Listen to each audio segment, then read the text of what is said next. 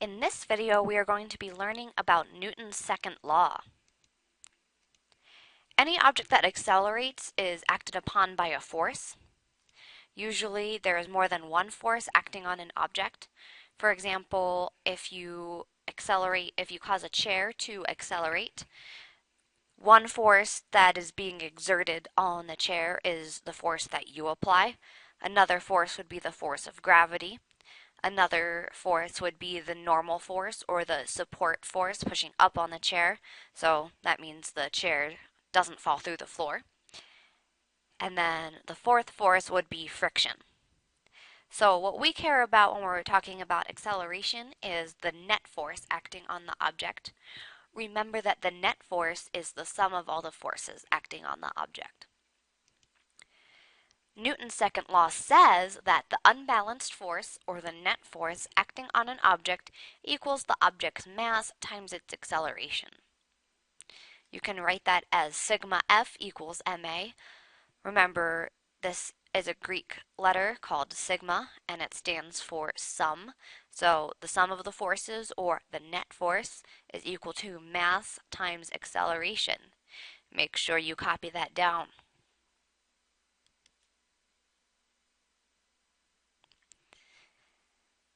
When we talk about Newton's second law, it's important to understand the difference between directly proportional and inversely proportional. Let's take another look at the equation, F equals ma. I left out the sigma sign to make it a bit easier. We can see from this formula that acceleration is directly proportional to force. In other words, if the force increases, the acceleration will increase. The more force you put on something, the more it will accelerate. This is called directly proportional to. Can you figure out what that means? Or maybe you've learned it in math class? Directly proportional means that when one thing, thing, gets bigger, the other thing gets bigger. So again, when force gets bigger, acceleration gets bigger. If you were to make a graph of force versus acceleration, the slope of the line would be positive. So if you graph something and they're directly proportional, the slope of the graph will be positive. Another example of something where it's directly proportional, the more sleep you get, the higher your score on a test. So the way you would say that is your score on a test is directly proportional to the amount of sleep you get. Let's graph this. Remember dry mix. The dependent variable, or the responding variable, goes on the y-axis. So what is the dependent variable here? Well, that would be your score on a test because it depends on how much sleep you get. And then hours of sleep is the independent variable because that's what you're manipulating, and it goes on the x-axis. So number our axes. Let's say you get 2 hours of sleep or 1 hour of sleep and you get a score of 20%. 2 hours of sleep, you get a score of 30%. 3 hours of sleep, you get a score of 40%. 4 hours of sleep, you get a score of 50%. So already you can see that the more sleep you get, the higher your test score, directly proportional. So the trend continues. If you were to draw a line of best fit, the slope of this line is positive. Inversely and indirectly proportional. So inversely and indirectly mean the same thing. They are synonyms. If you rearrange the equation, F equals ma, you get A equals F over m. So m is on the denominator, which means acceleration is inversely or indirectly proportional to mass. Inversely proportional means that when one thing gets bigger, the other thing gets smaller. So if the mass gets bigger, the acceleration will get smaller. basically what that means is the more mass something has, the more force you have to push on it in order to get it accelerate at the same rate. If you were to graph something that is inversely proportional, the slope of the graph will be negative. An example would be the more stuff you buy, the less money you have. So in other words, amount of money is inversely proportional to the amount of stuff you buy. If you were to graph this, remember dry mix, the dependent or the responding variable goes on the y-axis. So the responding variable is the amount of money. The independent variable would be what you buy, and I love shoes, so I am going to choose shoes here. So pairs of shoes bought, and we have to number our axes. So let's say you start off with $200. So if you buy 0 pairs of shoes, you have $200. If you buy 1 pair of shoes, you're down to $150. If you buy 2 pairs of shoes, you're down to $100. If you buy 3 pairs of shoes, you're down to $50. So you can see that if you drew a line of best fit, the slope of the line would be negative. We're going to do some work with the actual equation, and I'm going to leave out the sum sign because it's a bit tricky to draw with the mouse. So first practice problem. A boy pushes on a box of mass 11 kilograms and it moves at an acceleration of 2.2 meters per second squared. With what force does the boy push on the box?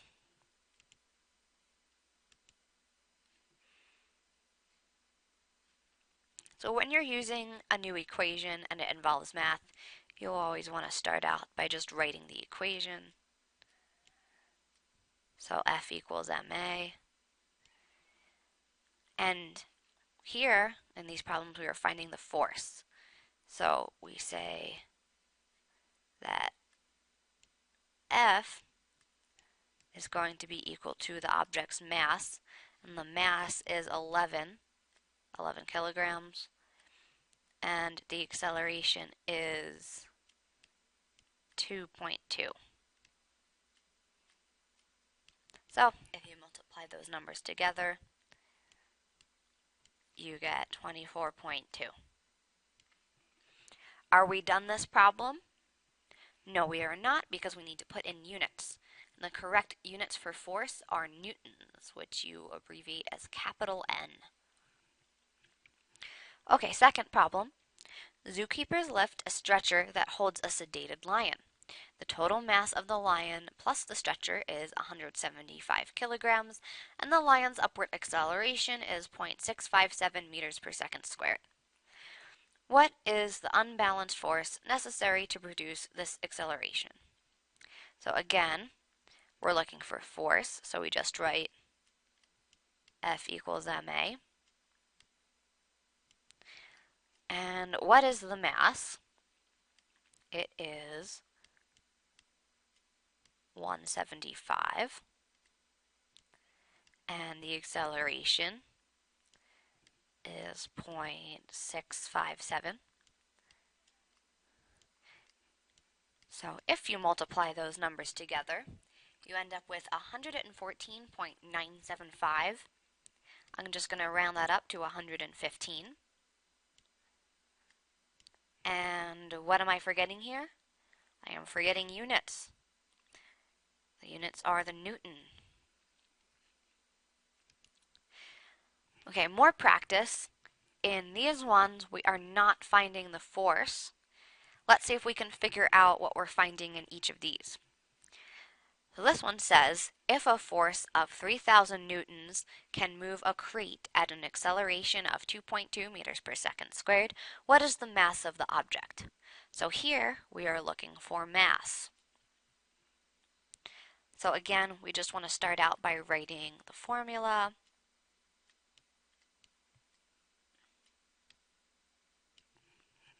F equals ma. And we're not looking for force this time. We want to plug a number in for force. We want to plug in the number 3,000.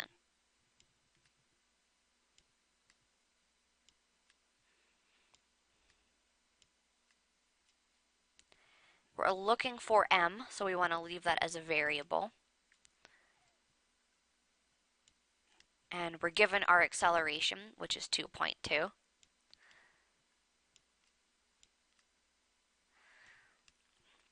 So, in terms of algebra, what is our next step?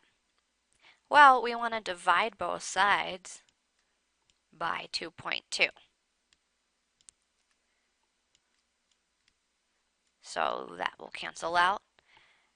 If we do 3,000 divided by 2.2, you should get that the mass, and I'm rounding here, is 136.6.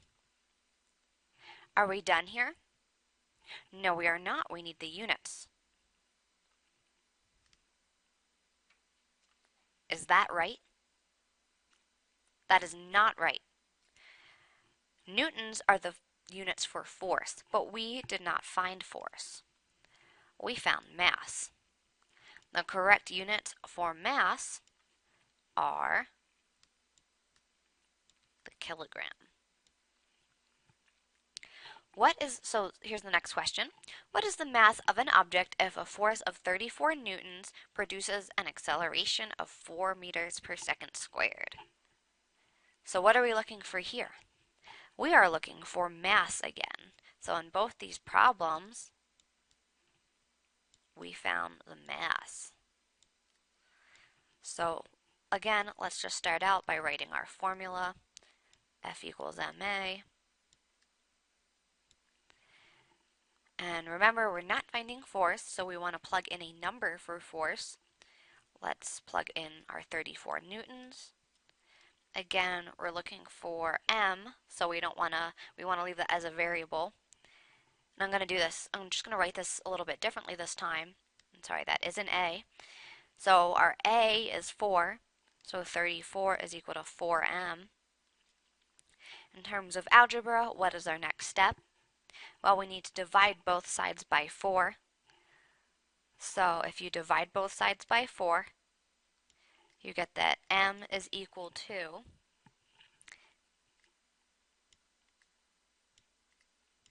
8.5.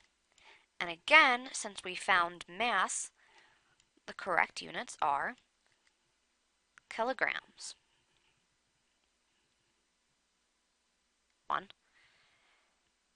In these problems, you're going to be finding force, mass, or acceleration.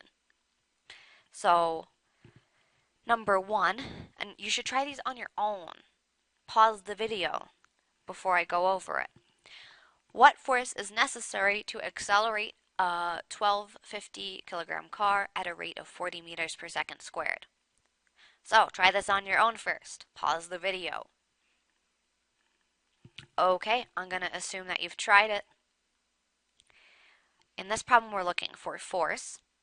So F equals ma. The mass is 1250. The acceleration is 40. If you multiply those two numbers together, you should get 50,000. Sorry, that is a comma there. And the correct units are the Newton. Number 2, what is the acceleration of a boy on a skateboard if the force on him is 15 newtons? The total mass of the boy on the skateboard is 58 kilograms. So what are we looking for here? Try the problem on your own first. Pause the video. Okay, I'm going to assume you've tried it. So we are looking for acceleration here. So we want to just start out by writing our formula, F equals ma. The force is equal to 15 newtons. So 15 is equal to ma. So the mass is 58. and we're looking for A.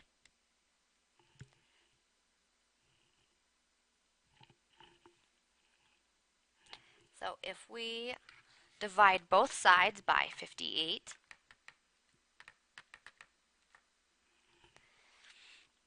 and remember, you're going to come out with a decimal here because you're dividing a smaller number by a bigger number. You should get A is equal to 0.258. I'm just going to round that to 0.26.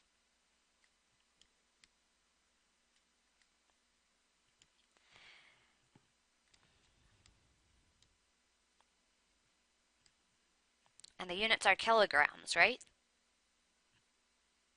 No, the units are not kilograms. That is incorrect. We found acceleration. Kilograms are the correct units for mass. So the units for acceleration are meters per second squared. 3 more problems. Number 3, a freight train slows down as it approaches a train yard. If a force of 38,000 newtons is required to provide an acceleration of 0.1 meter per second squared, what is the train's mass? So let's write down our formula. Remember, you should be pausing the video to try these on your own. I'm just going to assume that you've paused the video and tried it. So the force is 38,000.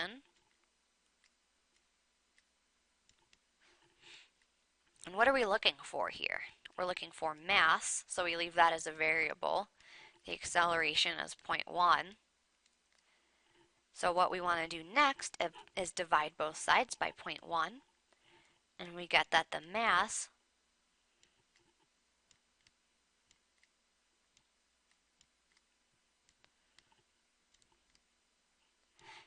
is equal to 380,000. Now, what are the units here? Kilograms. One thing you want to do when you do these problems is think to yourself if the answer makes sense. So remember, we found the mass of a train. So does this mass make sense? Yes, it does, because the mass of a train is going to be quite large. All right, number 4. A 214 kilogram boat is sinking in the ocean. The downward force acting on the boat is 1,310 newtons. What is the boat's acceleration? Again, you should pause the video to try it on your own. I'm going to assume you've tried it. So let's write down our formula. F equals ma. So 214 is our force. What are we looking for here? We are looking for acceleration. So, you know what? I just realized that I plugged in the wrong number here. Did you guys catch my mistake? Let's cross that out. So, 1,310 is the force, and we set that equal to ma. M is 214, and we're looking for A. So our next step in terms of algebra is to divide both sides by 214. And if you do that, you will get that A is equal to 6.12 newtons. So not newtons. Newtons are the correct units for force. The correct units for acceleration are meters per second squared. All right, last one. What is the net force necessary for a 16,000 kilogram car to accelerate forward at 2 meters per second squared? So try it on your own. I'm going to assume you've tried it. So F equals ma. M is equal to 16,000. And we are looking for F here. And then we've got 2 for the acceleration. That's going to be equal to 32,000, and the correct units are newtons.